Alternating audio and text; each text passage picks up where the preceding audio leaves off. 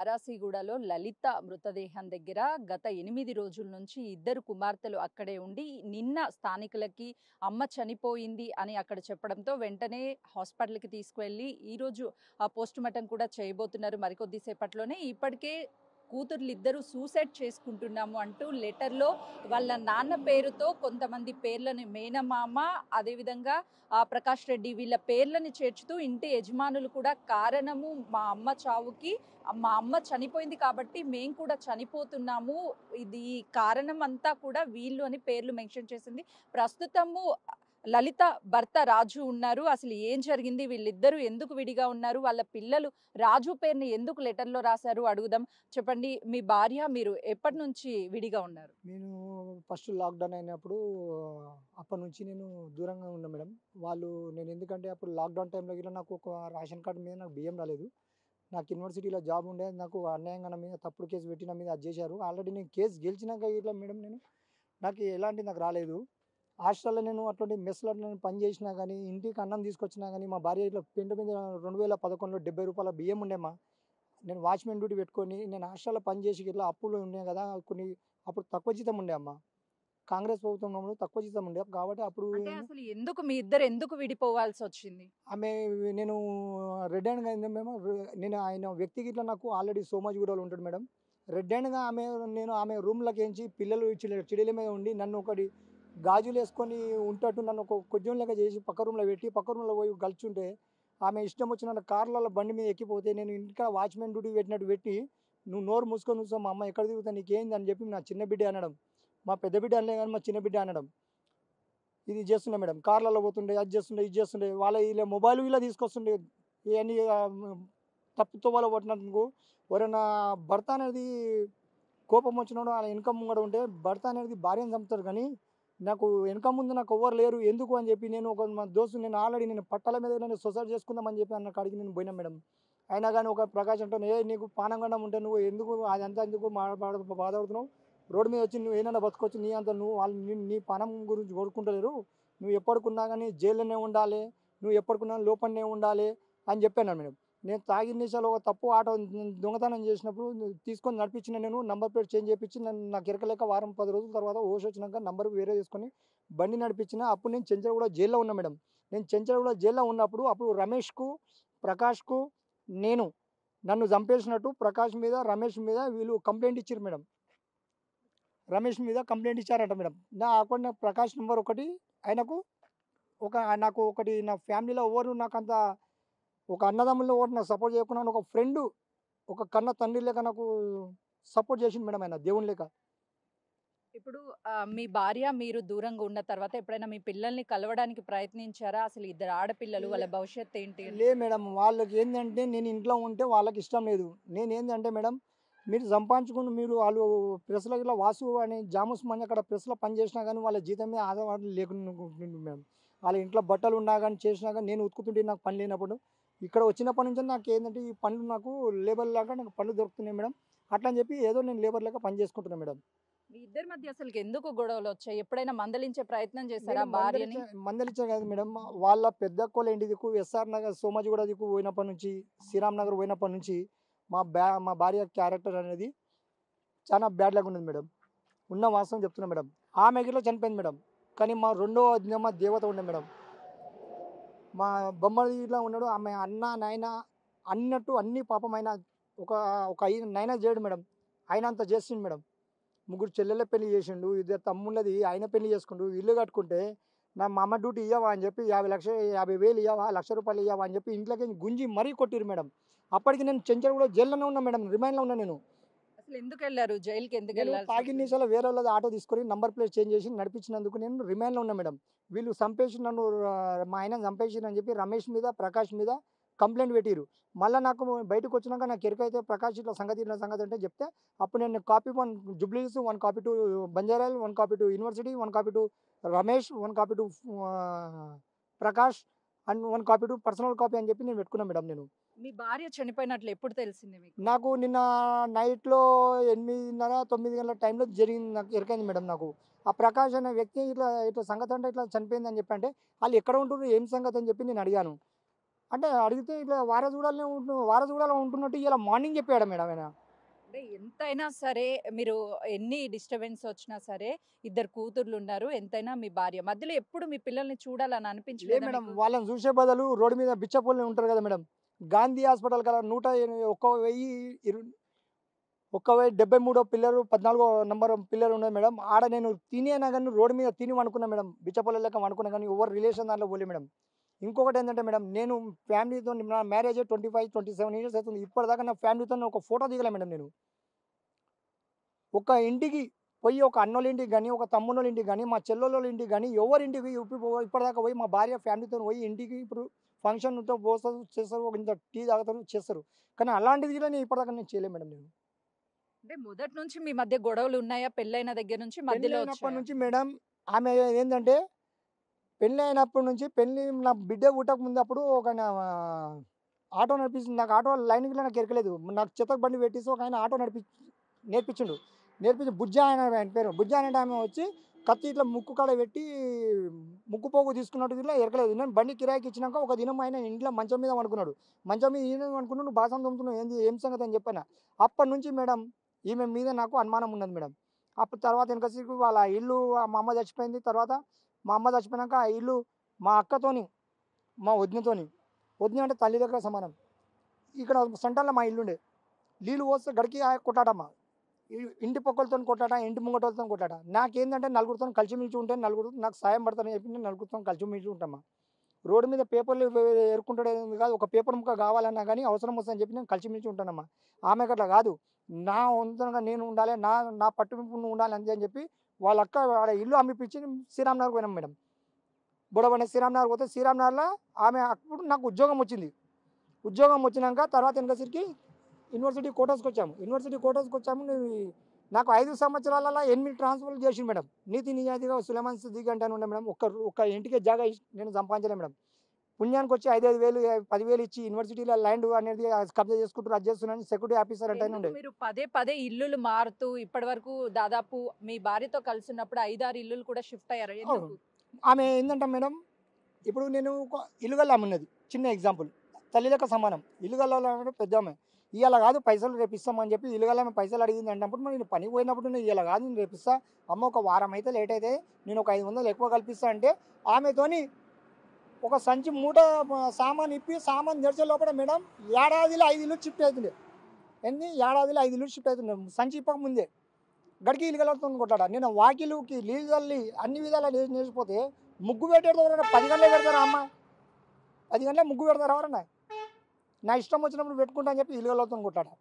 ఇల్లుగల ఆమెతో నీకేం సంబంధం, నేను చెప్తే వినలేదు కిరాయి గురించి, నువ్వు చెప్తేనే ఎందుకు విన్నది ఆమె, నీకు ఆమెకు అని చెప్పి ఆమె తల్లి లేక సమానం ఉంటారు.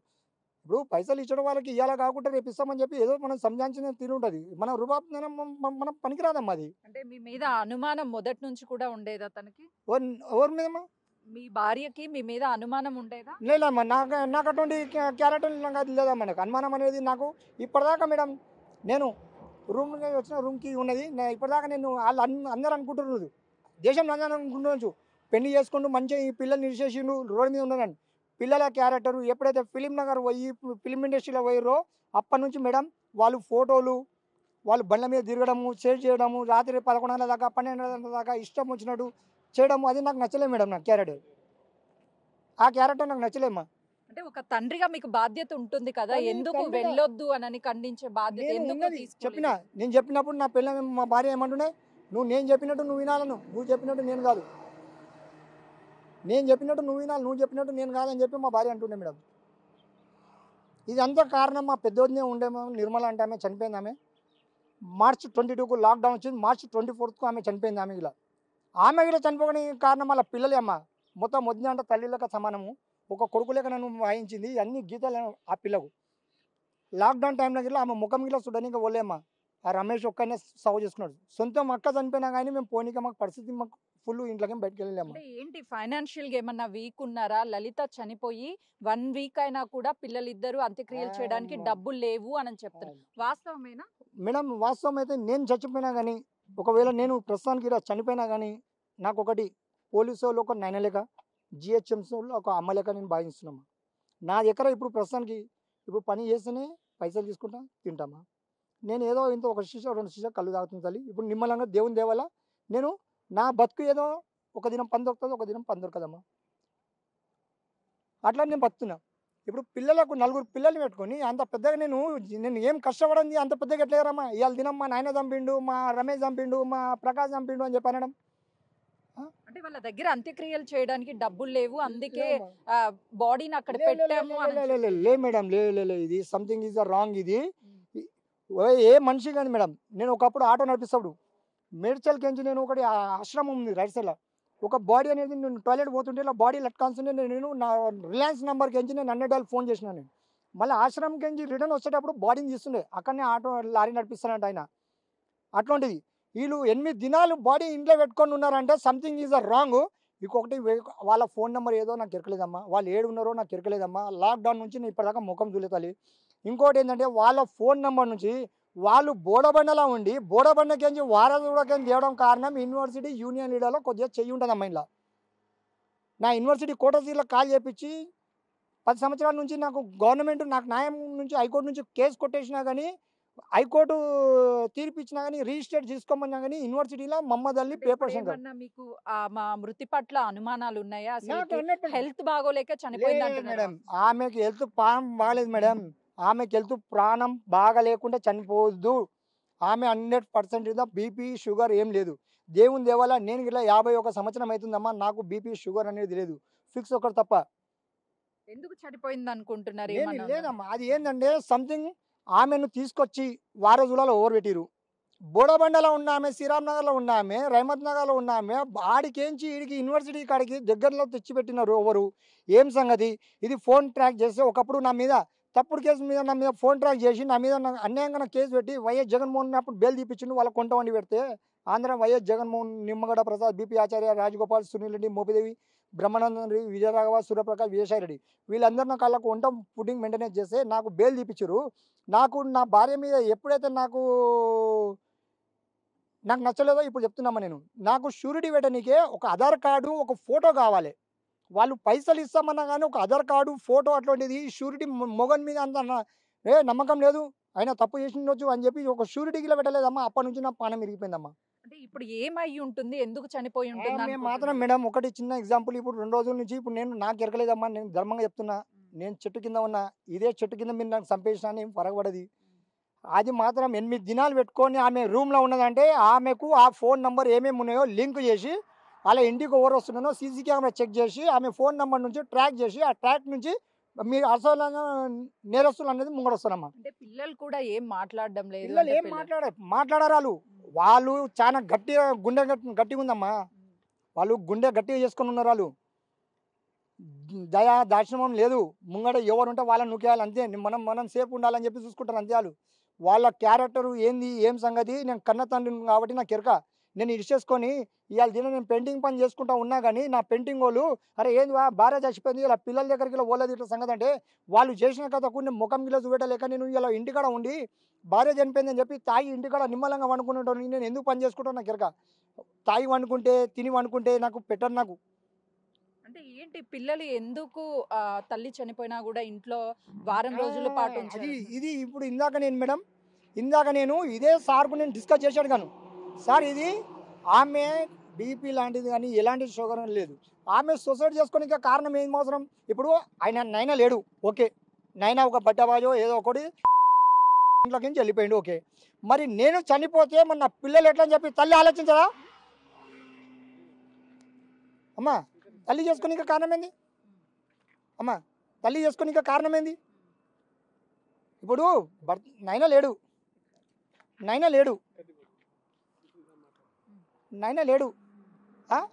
మరి నేను పోతే మరి నా పిల్లలు ఎట్లా అని చెప్పి తల్లి ఆలోచించదా? ఒక బుక్కడ అన్నం ఎందుకు కాదు తల్లి ఉపాసం ఉండి పిల్లలు పెడుతుంది. అట్లాంటిది ఆమె అందరూ ఆమె చేసుకుందంటే ఇది పిల్లలను ఏంటంటే ఇద్దరిని అలాగలాగా పెట్టి ఒక దగ్గర పెట్టి 2 రోజులు తిండి పెట్టి కరెక్ట్ ఇంటర్కషన్ చేయండి, ఆటోమేటిక్ న్యాయం అనేది జరుగుతుంది. నేను తప్పు చేస్తే నాకు ఈయన మీరు చంపేశాను. అంటే లెటర్ లో ఆ పిల్లలు రాశారు, ప్రకాష్ రెడ్డి మా నాన్న, ఇంటి ఓనర్లు, మా మేన మామయ్య చేతబడి చేశారు, క్షుద్ర పూజలు చేశారు అంటున్నారు. మేము నమ్మేది దేవుడు, మన దేవుడు మన నియత్ మీద ఉంటుంది మేడం. మేనమామ చంపిండు, ప్రకాష్ చంపిండు, ఇది కాదు. మీకు అసలైన స్టోరీ అనేది బయట అనేది ఎట్లా పడుతుందంటే ఇది సపరేట్గా వాళ్ళ ఫోన్ నెంబర్ ఏమైతే ఉన్నాయో ఆధార్ కార్డు లింక్తో మీరు ఫోన్ నెంబర్ తీయండి ఆటోమేటిక్ బయటపడుతుంది. ప్రకాష్, రమేష్, రాజు అని కాదు, అసలైన నేరస్తులు అనేది లలితకు ఆల్రెడీ ఎరక, లలిత పిల్లలకి ఇట్లా ఎరక. వాళ్ళతో ఎవరెవరు సంబంధం ఉండే ఏం సంగతి ఏం కదా. సొసైడ్ చేసుకునేది ఉంటే మేడం మా పేరు రాసింది నిజమే, ఓకే ఒప్పుకుంటున్నాను. నేను 2018లో లాక్డౌన్ టైంలో అప్పుడు నేను ఇంట్లోకేం బయటకు వెళ్ళినప్పుడు అప్పుడు చేసుకుంటే నేను చేసినని చెప్పి నమ్మకం ఉంటున్నది.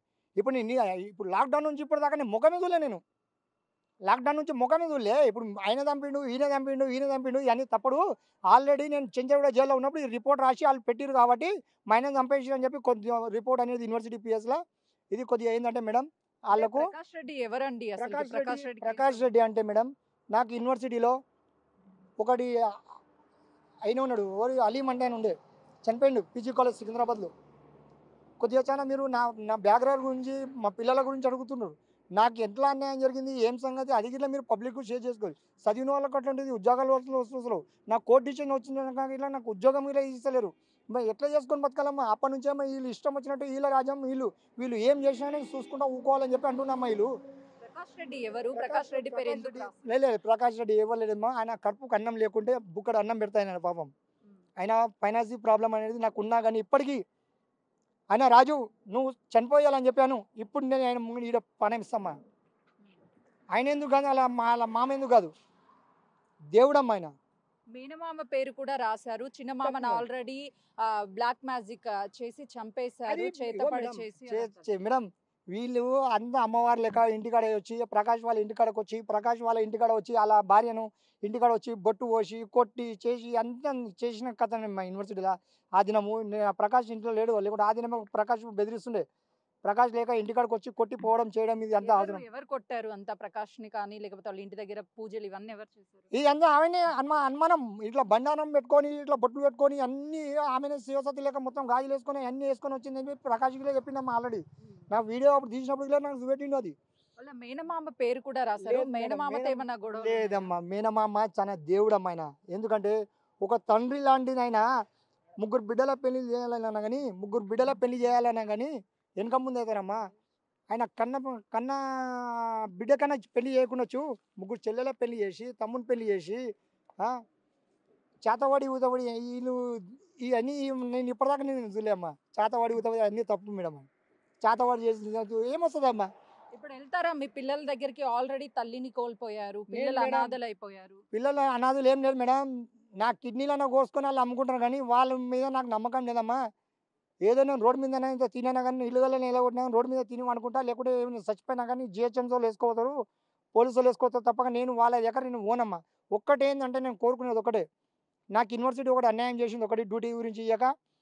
యూనివర్సిటీలో యూనియన్ లీడర్ అది చేయలేంది ఆమె బోడాబండకించి ఇడికి రానికే కారణం ఆటోమేటిక్. ఇప్పుడు మీరు ఫోన్ ట్రాక్ చేయండి ఆటోమేటిక్ ఆమెకు ఆడ నుంచి ఆల్రెడీ ఇంతకుముందు యూనివర్సిటీ క్వార్టర్స్లకి కాల్ చేసి బోడబండ పోయింది. బోడబండకి ఈ శ్రీరామ్ నగర్లో, యూసుఫ్గూడలో, రహమత్ నగర్లో, అమీర్పేటలో, పంజాగుట్టలో ఉండొచ్చు. అంటే తనకి ఎవరైనా సరే సపోర్ట్ చేస్తున్నారు, 100% ఉన్నారు మేడం, 1000% ఉన్నారు యూనివర్సిటీలో. ఆల్రెడీ నేను యూనివర్సిటీకి వస్తున్నానా లేదా అని చెప్పి ప్రకాష్ మీద ఆల్రెడీ ఇంటికాడికి వచ్చి ఆ డబ్బా షాప్ కాడ వచ్చి కనుక్కొని పోయారు. 2-3 సార్లు వచ్చి కనుక్కొని పోయారట.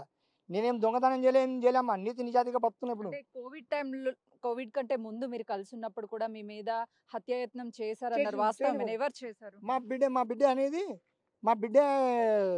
తువ్వాలు వేసి ఇట్లా గుంజి మమ్మీ అని చెప్పి అన్నది. రాత్రి గుంజు యూనివర్సిటీ చెప్పేద్దాం, ఏదన్నా డ్యూటీ వస్తుంది, ఏమైనా పైసలు వస్తాయి అని చెప్పి చెప్పింది. లాక్డౌన్ అయిపోయిన తెల్లారే మేడం, ఎప్పుడైతే లాక్డౌన్ ఖతం చేస్తారో అప్పుడు ఇంట్లోకి నుంచి వెళ్ళిపోయినా మేడం. అప్పటి నుంచి ఇప్పటిదాకా నేను ఇంటికల వాళ్ళ ముఖం చూడలే మేడం. ఇప్పుడు వాళ్ళు వచ్చి నా దగ్గర ఉండన్నా కానీ నేను పెట్టుకున్నంత సోమత నా దగ్గర లేదు మేడం. వాళ్ళకేంది మీరే ఉంచుకోకపోతే వాళ్ళ పరిస్థితి ఏంటి? పెళ్లిడికి వచ్చారు పిల్లలు, బయట కూడా సొసైటీ బాగోలేదు మేడం. వాళ్ళు సొసైటీలో బాగా లేకుండా తిరుగుతూనే వాళ్ళకి ఎంజాయ్మెంట్, వాళ్ళకి కావాల్సింది ఫ్రీడమ్. ఏ తండ్రి కానీ ఇట్లా ఆలోచించాడు. వాళ్ళకి కావాల్సింది ఫ్రీడమ్. ఏంటంటే డైలీ ఒక ఆయన ఎంబడి ఎంజాయ్ చేయాలి.